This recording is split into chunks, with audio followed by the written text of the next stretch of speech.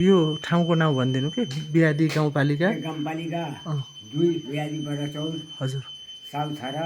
हजुर अनि विशेष यहाँको खास के हो गुफाको बारेमा गुफाबारे त हामीले अब यो मन्दिर राखिएको छ। अब यसलाई शीतल गुफा भनिन्छ। अरू थोक त अब कति वर्ष पुरानो हो यो यो गुफा भयो अहिले 5-6 वर्ष भयो।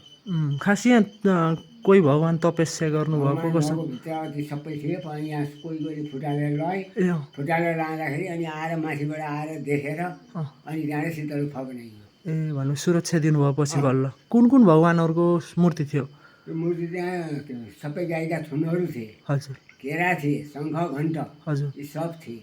ए भनेपछि तपाईँको यो शङ्ख यस्तरी बजाउँदा चाहिँ बज्ने आफै बन्ने नै शङ्खको परिकार मात्रै बन्यो, ए परिकार बनेको तर मान्छेले यसरी बजाउँदाखेरि चाहिँ बस्थ्यो कि बस्थ्यो बन्दैन।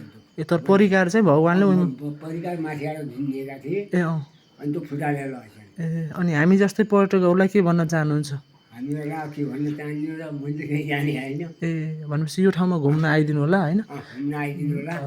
ल यो खलिफाप होस्, हजुर राम्रो होस् राम्रो होस्, सधैँ राम्रो होस्। अब यहाँ ओजन परेको छ। अब यहाँ सिँढी हालेर उपला शीतल गुफाबाट माथि लाने उ गरेको छ। कता माथि यसको शिर त माथि छ नि उहाँ त उहाँ टुप्पामा टुप्पा यस्तै यत्रै शीतल गुफा जस्तै वडा छ। ए यहाँबाट पुरै गइन्छ माथिसम्म पुरै गइन्छ। त्यहाँ माना ढुङ्गो परेर हो न त माथि गइन्छ नि। ए हामी त धेरै माथि गयौँ नि यहाँबाट माथि जानु भयो भने तपाईँहरू त्यहाँ बिचमा ढुङ्गो परेको छ। त्यो ढुङ्गो फोरेर अँ यस्तै सिँढी बनाएर ए माथि टुप्पोदेखि चाहिँ छ टुप्पोमा लाने हो। ए है अब ढुङ्गो पर्ने अँ, प्लानिङ भइरह अँ, ए त्यसपछि यहाँबाट पुरै माथि पारि माथि। ए यहाँ पर्यटकहरू कतिको आउनुहुन्छ विदेशीहरू यताउति यहाँ त आइरहेछन् मान्छे। हो धेरै राम्रो छ है ल हस् धन्यवाद है ल सबैजना आउनु होला